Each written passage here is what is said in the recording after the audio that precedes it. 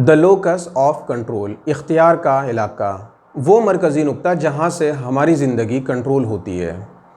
इसकी दो किस्में हैं, नंबर एक एक्सटर्नल और नंबर दो इंटरनल लोकस ऑफ कंट्रोल।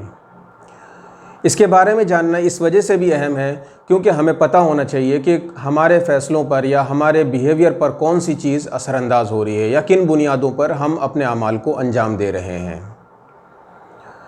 ये दो तरह का होता है।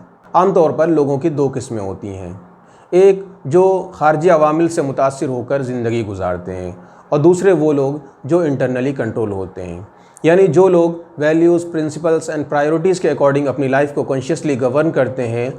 उनके विज़न, मिशन और कुछ ख्वाब होते हैं और बस उन्हीं के गिर्द वो महव तवाफ़ रहते हैं। तो ऐसे लोगों का लोकस ऑफ कंट्रोल इंटरनल होता है। ये अपने तमाम अमाल में, अपने तमाम फ़ैसलों में इंटरनली कंट्रोल होते हैं, यानी इन्हें क्या फ़ैसला करना है इस बात में बाहर की दुनिया इस पर असरअंदाज नहीं हो सकती। इनके जो फ़ैसले होते हैं वो इनके ख़ुद के अपने उसूलों की बुनियाद पर होते हैं। वहीं दूसरी जानिब लोगों की एक दूसरी किस्म है, वो बाहर की दुनिया से मुतासिर होकर अपने अमाल को अंजाम देती है। ये हालात, वाक़यात, हादिसात और लोगों के रवैयों से मरूब रहते हैं।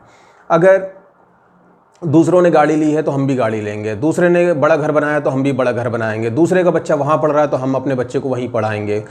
ये मतलब कंपेयर करते रहते हैं अपने आप को दूसरों से या दूसरों से मरूब होते रहते हैं। भाषा में अगर इनको डिस्क्राइब किया जाए तो कुछ इस तरीके से हो सकता है कि जैसा देश वैसा भेष। इनका खुद का कोई अपना वजूद नहीं होता, ये बेवज़न लोग होते हैं।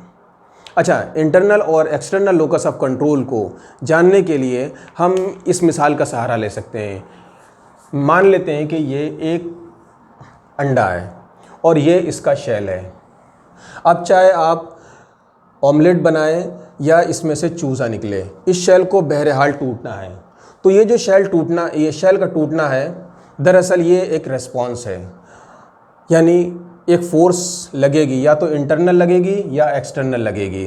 फॉर एग्ज़ाम्पल, जब आप ऑमलेट बना रहे होते हो तो बाहर की एक फ़ोर्स के ज़रिए से इसका शेल ब्रेक करते हो। जब ये शेल ब्रेक होता है तो क्या होता है कि इसकी लाइफ डेड हो जाती है और यहाँ पर इसके आगे इसकी ज़िंदगी नहीं होती, बस ऑमलेट तक महदूद हो जाता है ये अंडा। वहीं दूसरी जानिब जब ये अंडा इंटरनली कंट्रोल हो, मतलब इंटरनल फोर्स की वजह से ब्रेक होता है, तो ऐसी सूरत में यहाँ पर एक नई ज़िंदगी जन्म लेती है। दरअसल यही है लोकस ऑफ कंट्रोल। जब आप बाहर के खारजी अवामिल के बुनियाद पर या बाहरी फ़ोर्स की वजह से अपने किसी भी अमल को अंजाम देते हैं तो वहाँ पर आपकी वैल्यू दरअसल इसी अंडे की मानिंद ख़त्म हो जाती है। जबकि दूसरी जानिब जब आप अपनी वैल्यूज़, प्रिंसिपल्स एंड प्रायोरिटीज़ के अकॉर्डिंग अपने अमाल को अंजाम देते हैं या अपने बिहेवियर को कंट्रोल करते हैं तो वहाँ पर आप ख़ुद मुख्तार बनते हैं।